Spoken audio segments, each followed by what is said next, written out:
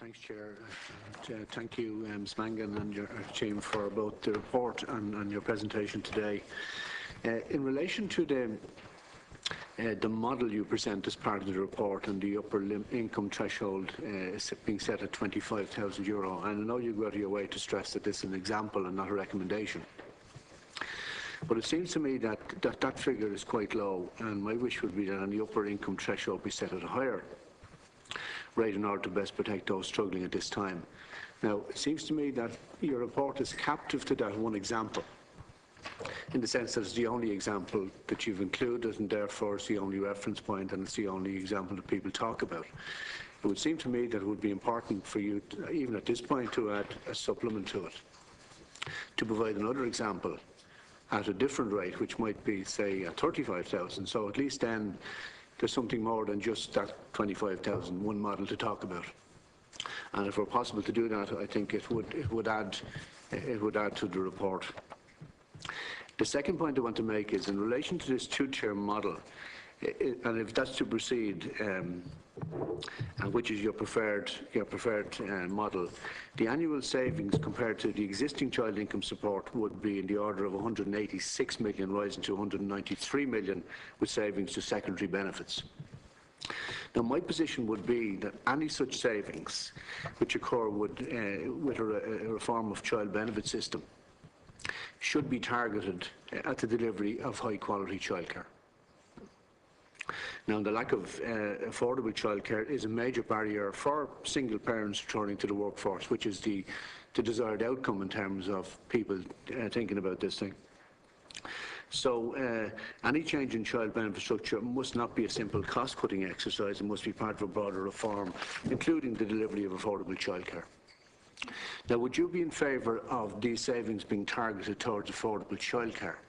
Now, I know one of the members of the advisory group, Mary Murphy, I heard her speak on television some time ago in relation to this matter, and it seemed that at least some members of the advisory group would favour, not losing totally these savings, but providing the type of childcare that is absolutely essential, if we're to get people back to work and not have this poverty trap and that currently exists.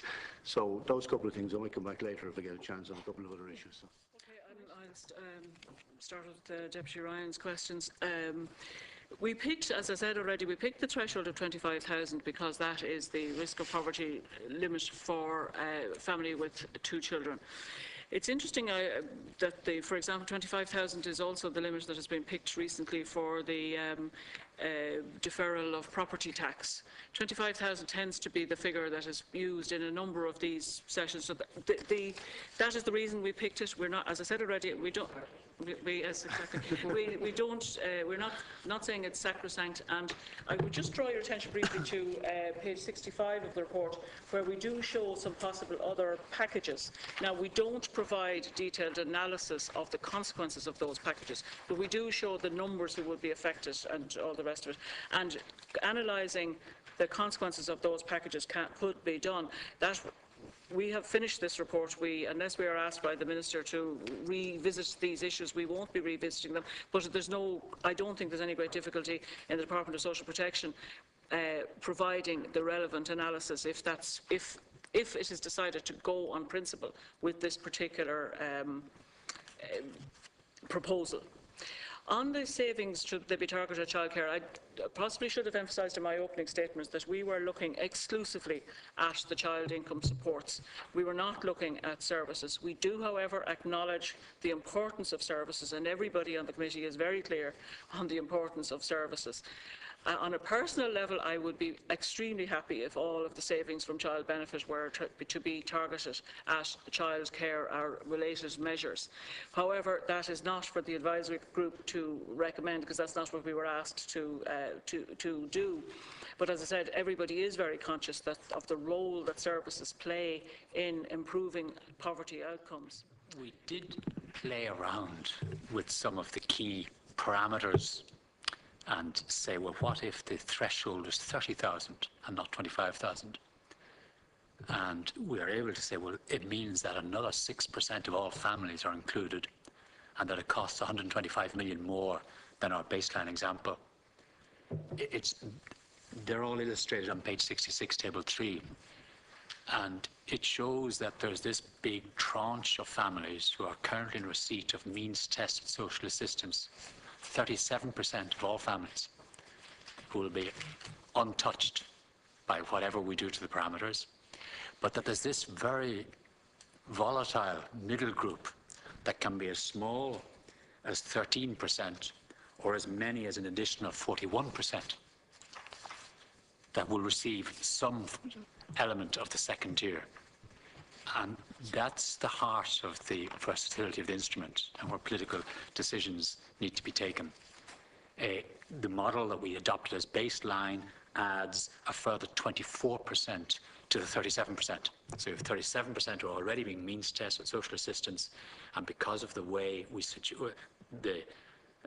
the normative way the second tier is presented, you'd automatically get another 24% of families, bringing us to 61% of all families in the state would get some degree of the second tier, but it could go up to 78% if the revenue buoyancy were there, etc., etc. So table 3 gives you a good sense of what subsequent governments would be able to moderate. Okay. We really need assurances that the design of any top-up or two-tier process that is to be introduced is done away in such a way that would minimise the hassle to ordinary people. Low and middle income families could be faced with administrative processes, long, cumbersome and stressful, and also where top-up payments are applied for, it's going to be very difficult. You know, hopefully it could very well be difficult for people to apply for. If problems occur, we have social welfare inspectors involved.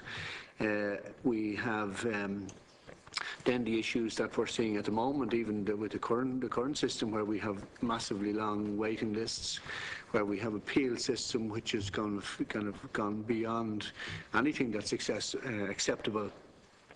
And then this is going to add to all of that pressure on the department and the appeal system, which will not be in any way beneficial for the people who we're targeting to try to avail of this.